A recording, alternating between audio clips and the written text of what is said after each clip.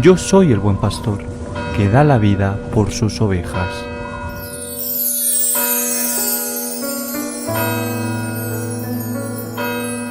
En aquel tiempo oyó el tetrarca Herodes lo que se contaba de Jesús y dijo a sus cortesanos: Ese es Juan el Bautista, que ha resucitado de entre los muertos, y por eso las fuerzas milagrosas actúan en él.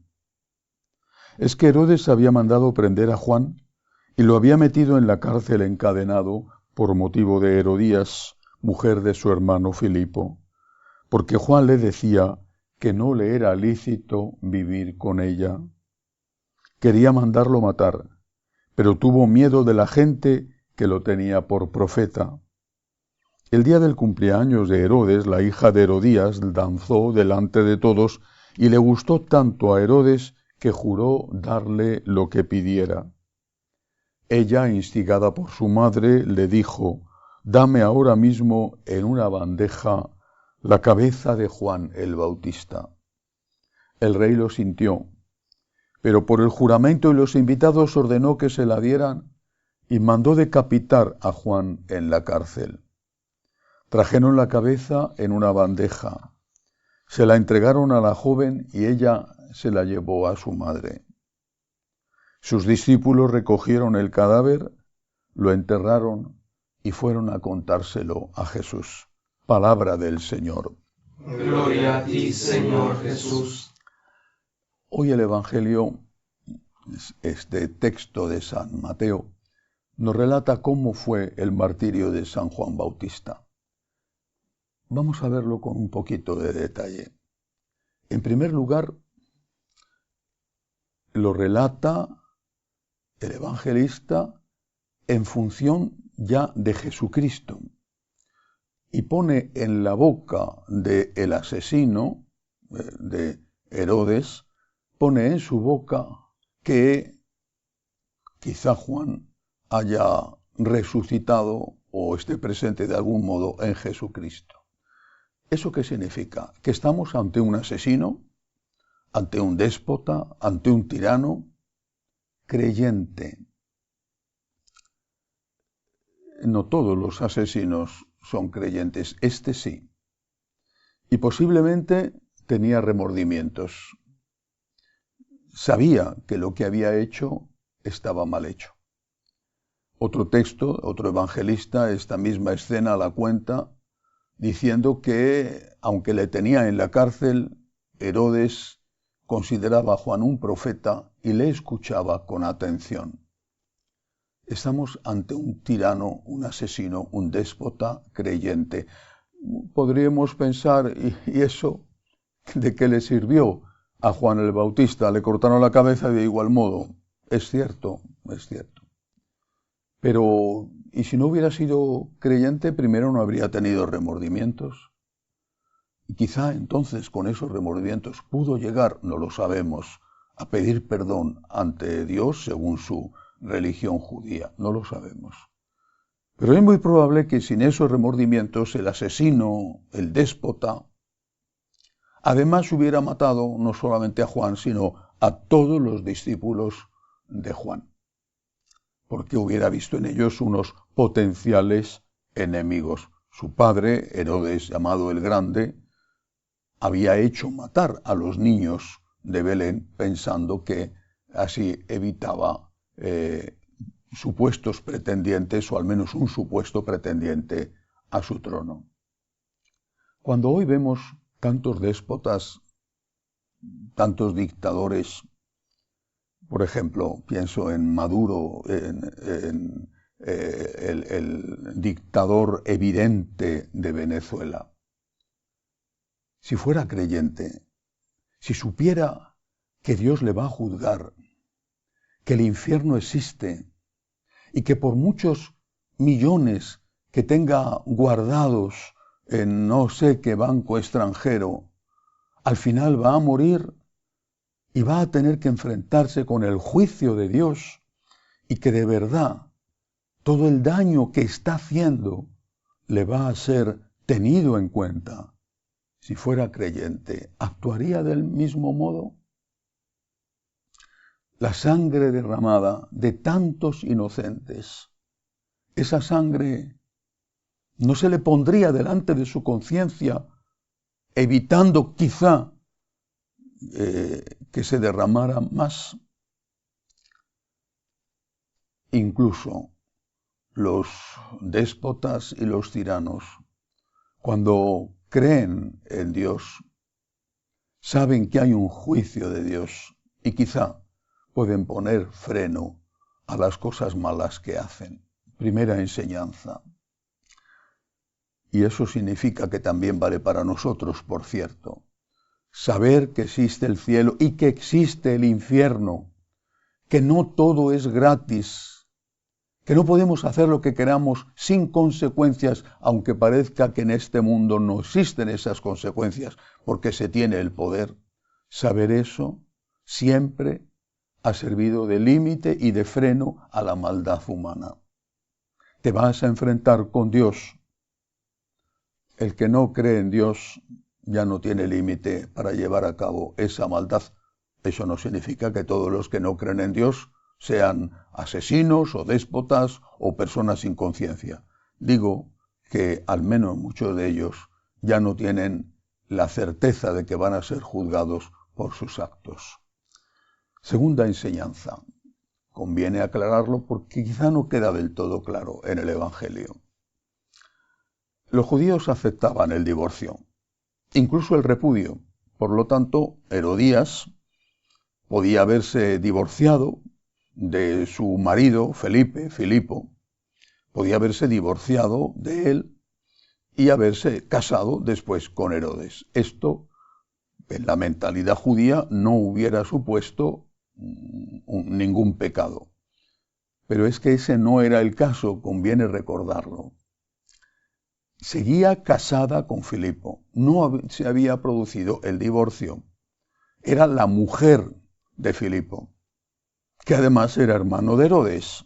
Es decir, estaba conviviendo con el hermano de su marido. Y seguramente la hija, Salomé, era la hija de Filipo. Era un caso, desde luego, de concubinato, y no sé, incluso se podría decir hasta de incesto, debido a la proximidad, al parentesco. Un caso de concubinato. Eso es lo que condenaba Juan.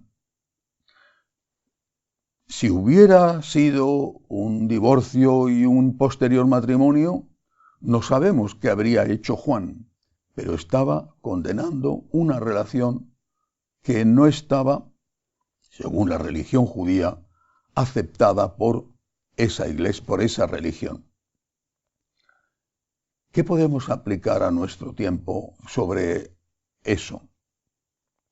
Estamos hablando de las relaciones que no tienen un vínculo legal, los que se van a vivir juntos, sean homosexuales o sean heterosexuales, los que se van a vivir juntos, los que conviven sin casarse, sean solteros ambos, soltero uno de ellos, procedentes de un divorcio los dos, los que se van a vivir juntos sin tener un vínculo legal. Eso no significa que los que tienen un vínculo legal, por ejemplo, estén casados civilmente en las sociedades donde eso se permite el divorcio y el nuevo matrimonio.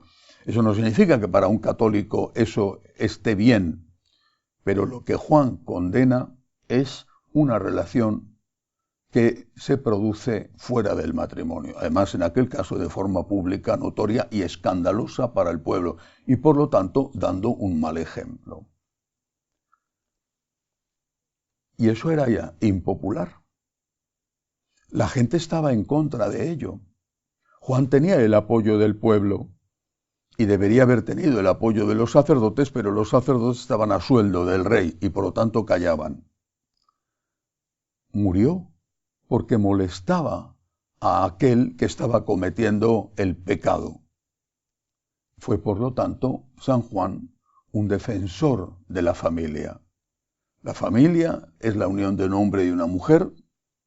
En eso Herodes y Herodías no contradecían lo que enseña la ley, pero es una unión de un hombre y una mujer legalmente constituida, y aquello era un concubinato.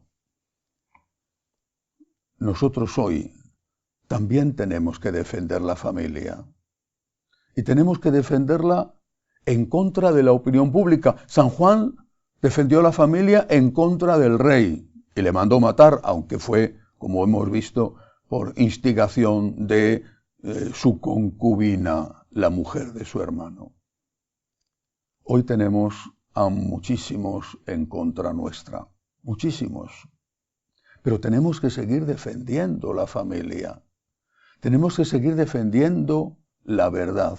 Ahora bien, esa defensa de la verdad, esa defensa de la familia, no puede llevarse a cabo con violencia. Tenemos que decirlo, por ejemplo, si un padre o una madre de familia tiene un hijo o una hija que se va a vivir con el novio o con la novia y que no se casan ni por lo civil siquiera, tienen el deber de decirle a sus hijos, a ese hijo, a esa hija, esto que estás haciendo está mal hecho. Está en contra de nuestra fe. Esto no es bueno ni para ti ni para tu futuro. Tienen el deber de decírselo, pero de decírselo sin violencia, de decírselo con amor, de decirles, mira, tienes que respetar mi conciencia, es decir, tienes que respetar que yo no puedo colaborar con esto que estás haciendo que está mal, aunque sea en un orden distinto. Es distinto, pero es un ejemplo. Si tú te drogaras, no puedes pedirme que yo colabore comprándote la droga. Si tú te fueras a suicidar, no puedes pedirme que yo colabore dándote el último empujón. O si tú quisieras abortar, no puedes pedirme que yo colabore pagándote la clínica del aborto y llevándote en el coche hasta la clínica. Del mismo modo, como para mí esto es un pecado, yo tengo que respetarte porque eres mayor de edad, pero te expreso que esto está mal hecho y no puedes pedirme que colabore con ello. Por lo tanto, no puedes pedirme que en aquello en lo que yo tengo una responsabilidad, por ejemplo, mi casa, yo permita esta relación. Sin violencia, con amor, con los brazos abiertos, pero con mucha claridad, mucha caridad y mucha claridad.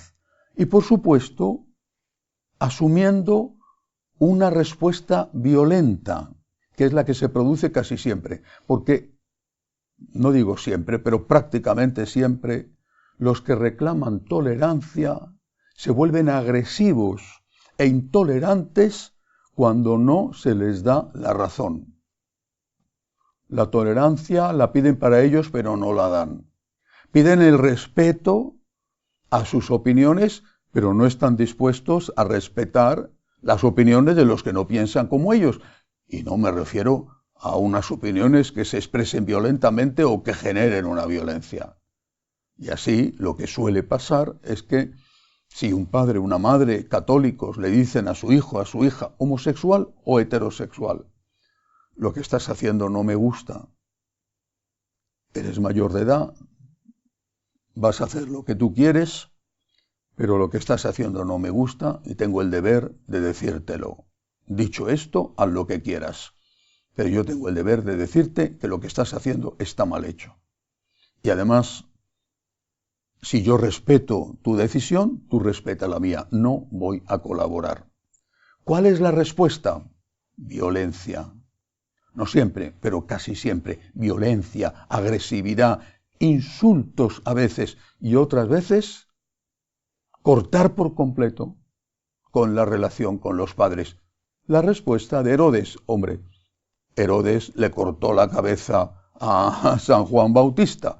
No es que estos hijos le corten la cabeza a sus padres, pero el daño que les hacen es enorme.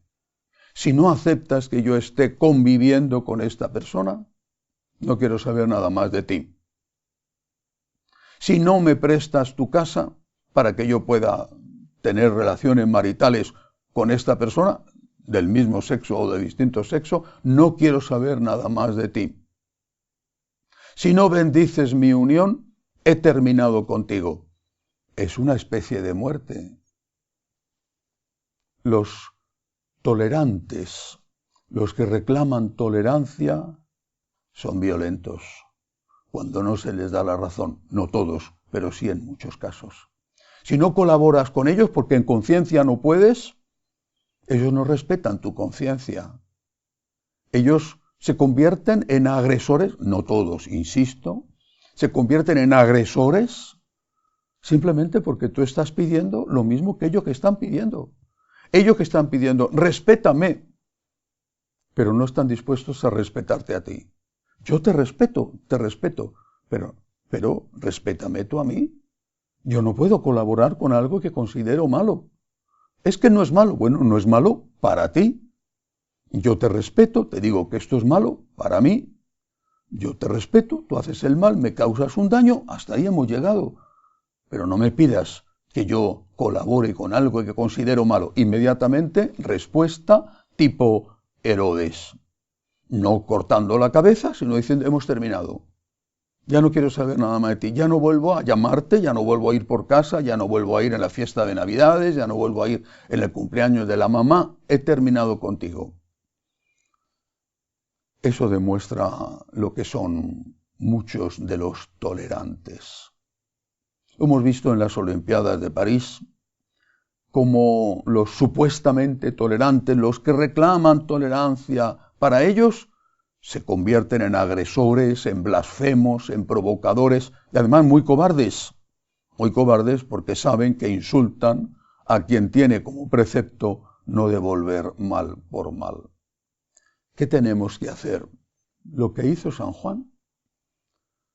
Decir con caridad y con claridad la verdad que nos enseña Jesucristo, porque solo Cristo es la verdad. Decirlo con caridad, sin insultos, sin agresividad, sin amenazas. Decirlo con caridad y con claridad.